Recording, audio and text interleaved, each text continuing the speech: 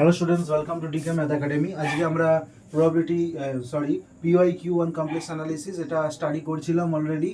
আমরা আজকে singularity, residue, Cauchy's residue theorem এইগুলো নিয়ে আলোচনা করব। এগুলোর আলোচনা বলতে আমরা প্রিভিয়াস ইয়ার্স কোয়েশ্চেন কিছু আলোচনা করব। তো প্রথমে কিছু জিনিস আমি শর্টে বলে দিতে চাই যে দেখো, যেখানে একটা ফাংশন অ্যানালিটিক নয়, z equals to 0 তে fz is not analytic আর z equals to z0 fz যদি অ্যানালিটিক না হয় তাহলে বলবো z equals to z0 is a singularity of fz অথবা point of singularity of fz। এবার point of singularity of fz এক্ষেত্রে কিছু সিঙ্গুলারিটিস আছে যেগুলো আমরা ইসেনশিয়াল সিঙ্গুলারিটি, পোলস এইগুলো নিয়ে বলতে পারি। যেমন ধরো fz equals to e to the power z by z minus 2। এখানে দেখো ফাংশনটা অ্যানালিটিক হতে গেলে শুধুমাত্র z equals to 2 পয়েন্টে প্রবলেম হবে। z equals to 2 তে অ্যানালিটিক নয়, is not analytic, so z equals to 2 is a singularity। ওকে, এরপর আসছে আইসোলেটেড সিঙ্গুলারিটি। নামেই বোঝা যাচ্ছে মানেটা কি। আইসোলেটেড সিঙ্গুলারিটি মানে এমন একটা পয়েন্ট যে সিঙ্গুলার পয়েন্ট হবে এবং সে কি হবে, আইসোলেটেড সিঙ্গুলারিটি হবে, সে হচ্ছে সিঙ্গুলার পয়েন্ট হবে এবং তার আশেপাশে ছোট্ট একটা রিজিয়ন আমি খুঁজে পাবো যেই পয়েন্টের নেবারহুডে, মানে একটা z equals to z0 ধরো পয়েন্ট, z0 একটা পয়েন্ট, তার একটা ছোট্ট নেবারহুড খুঁজে পাবো যার মধ্যে আর কোনো সিঙ্গুলারিটি পয়েন্ট নেই। তার মানে সেই এরিয়াটায় সেই একমাত্র সিঙ্গুলার পয়েন্ট।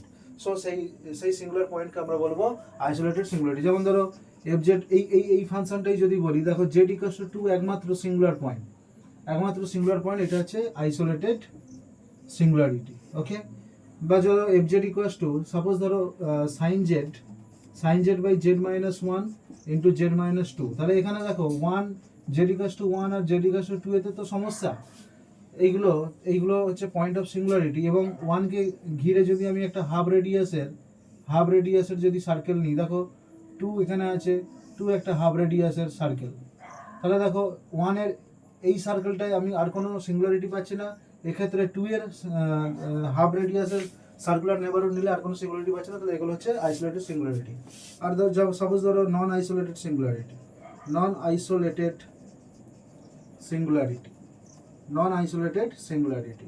যেমন ধরো fz equals to z by sin 1 by z।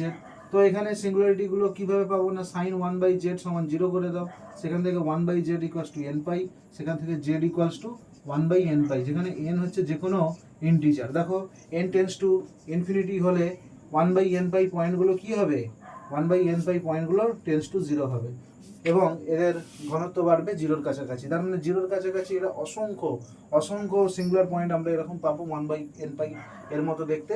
এবং সেখানে কোনো পার্টিকুলার নেবারহুড দিয়ে আমি সিঙ্গুলার পয়েন্টগুলোকে আলাদা করতে পারবো না। তার মানে এখানে পয়েন্টগুলো আইসোলেটেড সিঙ্গুলারিটি সবকটা নয়। তারপর ধরো লিমিট অফ জিরো কাকে বলবো, যেই পয়েন্টে ফাংশনটা 0 হয়ে যায় সেই পয়েন্টটাকে বলবো সেই ফাংশনটার 0 পয়েন্ট, সেই ফাংশনটা 0।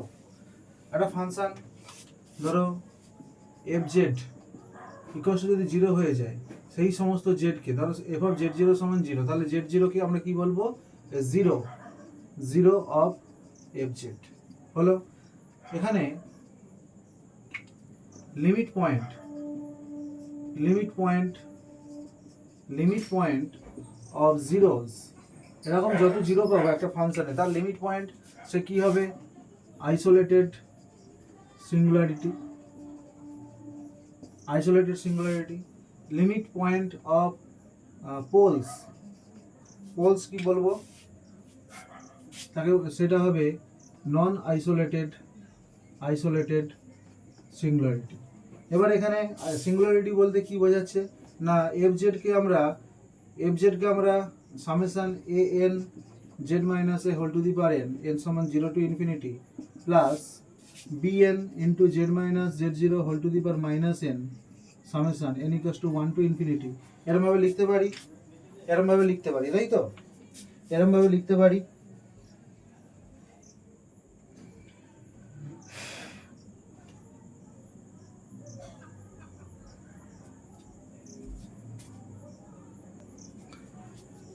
এরপর এখান থেকে যদি আমরা এইটাকে বলা হয় প্রিন্সিপাল পার্ট, প্রিন্সিপাল পার্ট, এটা Laurent series, Laurent series, okay, Laurent series, এটাকে বলা হয় প্রিন্সিপাল পার্ট। এর যদি contains finite number of points, suppose ধরো n terms, finite number of terms যদি কন্টেন্ট করে, তাহলে জেড ইকুয়ালস টু জেড জিরোকে আমরা বলবো পোল অফ অর্ডার এন। আর এটা যদি ইনফাইনাইটলি মেনি টার্মস কন্টেন্ট করে, তাহলে জেড ইকুয়ালস টু জেড জিরোকে আমরা বলবো ইসেনশিয়াল সিঙ্গুলারিটি। কোনো ফাংশনের পোল কিভাবে পাবো? ধরো f z equals to p z by q z আছে, তাহলে এখানে পি জেডকে ধরো পি জেড ধরো আর কোনোভাবে কিউ জেডকে আমরা 0 করে দেবো, সেখান থেকে জেড ইকুয়ালস টু যে পয়েন্টগুলো পাবো সেইগুলোকে আমরা বলবো পোলস, ওকে। পি জেডকে যেন আর 1/সামথিং আকারে যেন লেখা না যায়, তবেই এইটাকে আমরা করতে পারবো। এবং এক্ষেত্রে আমরা যদি বলি যে F z equals two 1/z-1 এর হোল স্কোয়ার, তাহলে z-1 এর হোল স্কোয়ার করলে আমরা 0 পাচ্ছি, সেখান থেকে z ইকুয়ালস টু 1, তার মানে দুবার 1 আসছে, তার মানে এখানে 1 is a pole of order 2, 1 is a pole of order 2। এরপর রেসিডিউ কিভাবে বার করব? সাপোজ ধরো alpha is a pole of fz of order n, then residue f alpha equals to 1/n-1 factorial dn minus 1 dzn minus 1 z minus alpha whole to the power n into fz। এটা হচ্ছে formula. তাহলে এখানে যদি z minus 1, এখানে 1 is a pole of order 2, তাহলে residue f1 এটা কি হবে না 2 minus 1 factorial d2 minus 1 dz2 minus 1 z minus 1 whole square into fz। তাহলে এটা তো 1 factorial, এটা d dz, এটা z minus 1 এর হোল স্কোয়ার ইন্টু fz। আচ্ছা, z minus 1 এর হোল স্কোয়ার ইন্টু fz মানে কি বোঝাচ্ছে? 1, তাহলে d dz 1 মানে 0, বোঝা গেল? এই হচ্ছে ফর্মুলা। এরপর আসছে কচি রেসিডিউ থিওরেম।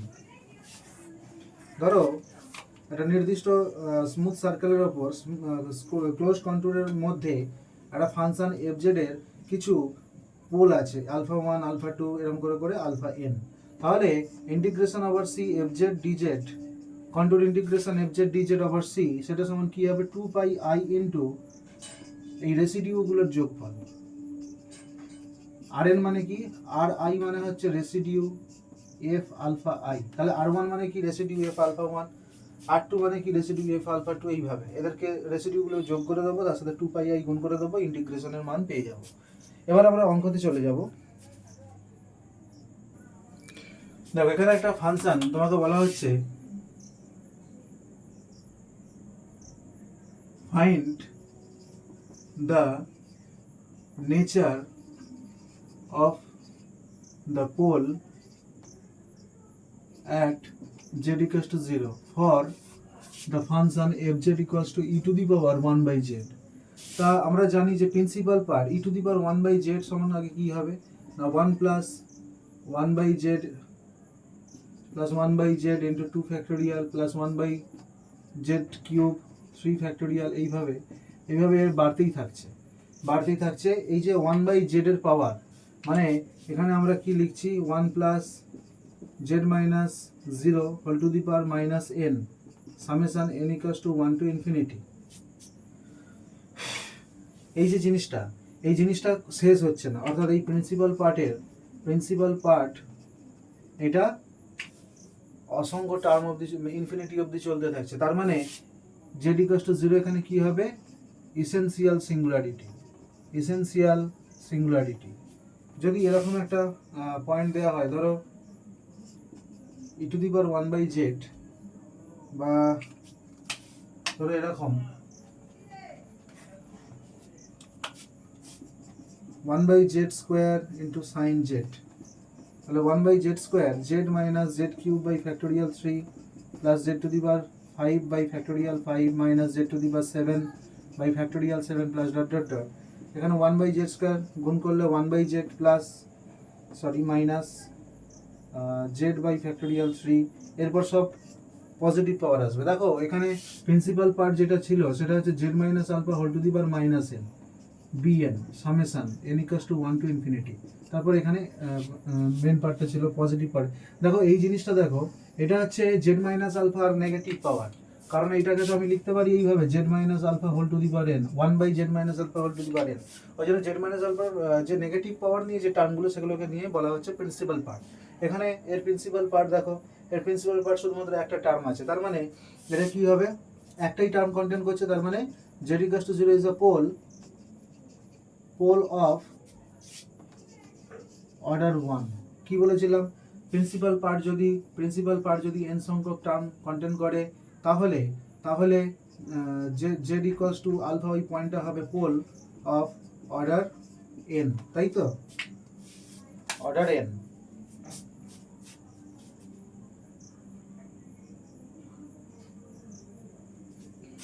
এরকম আরো একটা ফাংশন নিতে পারো, ফাংশন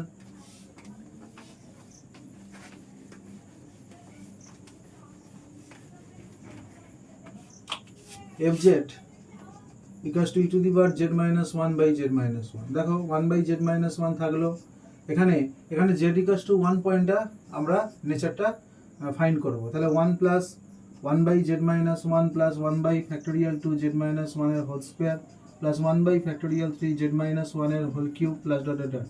এইটা গুণ করে দাও 1/z মাইনাস 1 প্লাস, আচ্ছা এটা যদি হোল স্কোয়ার করি তাহলে 1/z minus 1 whole square plus 1/z minus 1 whole cube. আচ্ছা এটা ভুল লিখেছি, এক্সপোনেনশিয়াল মানে কি 1 plus x square by factorial 2 plus x cube by factorial 3 এরকম। তাহলে এটা z minus 1 by 1 factorial plus z minus 1 এর whole square by factorial 2 plus z minus 1 whole cube by factorial 3, এইভাবে। তাহলে এটা 1/z মাইনাস 1 হোল স্কোয়ার, এটা কি হচ্ছে, এটা শুধুমাত্র এটার সাথে এটা গুণ করলে 1/z minus 1 plus 1 by factorial 2 plus 1 z minus 1 by factorial 3, অবশ্য positive power z minus 1 whole to the power 0 positive power. তাহলে প্রিন্সিপাল পার্ট বলতে শুধুমাত্র এই দুটো টার্ম নিয়ে, তাহলে z equals to 1 is a pole of order 2। তাহলে order 2 এর পোল, তাহলে এর z ইকুয়ালস টু 1 এ তাহলে আমি রেসিডিউ বার করতে চাই। রেসিডিউ f1 মানে কি হবে, রেসিডিউ f1 মানে হবে 1/n-1 factorial dn minus 1 dz n minus 1 z minus alpha whole to the power n, মানে এখানে 1 হবে ইনটু fz। তাহলে এইটাকে আমি আরেকবার সূত্রের মাধ্যমে লিখছি, residue f1 equals to 1/2 minus 1 factorial d2 minus 1 d z2 minus 1 z minus 1 এর হোল স্কোয়ার ইন্টু fz। এটা 1, এটা d dz z minus 1 এর whole square into fz। fz সমান কি ছিল, e to the power z minus 1 by z minus 1 এর whole square. তাহলে e to the power z minus 1 এইটা, তাহলে এর ডেরিভেটিভ কি হবে, e to the power z minus 1 into 1 minus 0। তার মানে e to the power z minus 1, এটা হচ্ছে রেসিডিউ, এর। আচ্ছা এখানে সরি একটু ভুল হয়েছে, একটু। আমি রেসিডিউ থিওরেমটা আরেকবার লিখছি, এখানে z টেন্ডস টু আলফা হবে, limit z tends to alpha হবে dn minus 1 dz n minus 1 into z minus alpha whole to the power n into fz, এইটা হবে। তাহলে এখানে তাহলে কি হবে, একটা লিমিট হবে, তাই তো। এখানে হবে 1/2 minus 1 এর factorial limit z tends to 1, তাহলে limit z tends to 1 d dz z minus 1 whole square into fz মানে e to the power z minus 1, তাহলে লিমিট z টেন্স টু 1, এটার derivative e to the power z minus 1, তাহলে এটা e to the power 0 minus 1, তাহলে 1/e, এটা হচ্ছে residue. আগের অঙ্কটা একটু কারেকশন করে নেবে, এটা হচ্ছে রেসিডিউ।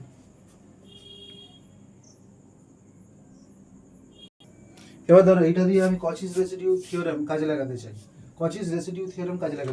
আবার একবার ফাংশনটা লিখছি fz equals to e to the power z minus 1 by z minus 1 এর হোল স্কয়ার, এটা আছে z equals to 1 is a pole of order 2, right. Residue f1 সমান কত এসছে 1/e। এবার কচিস রেসিডিউ থিওরেম দিয়ে আমি একটা কার্ভ নিচ্ছি,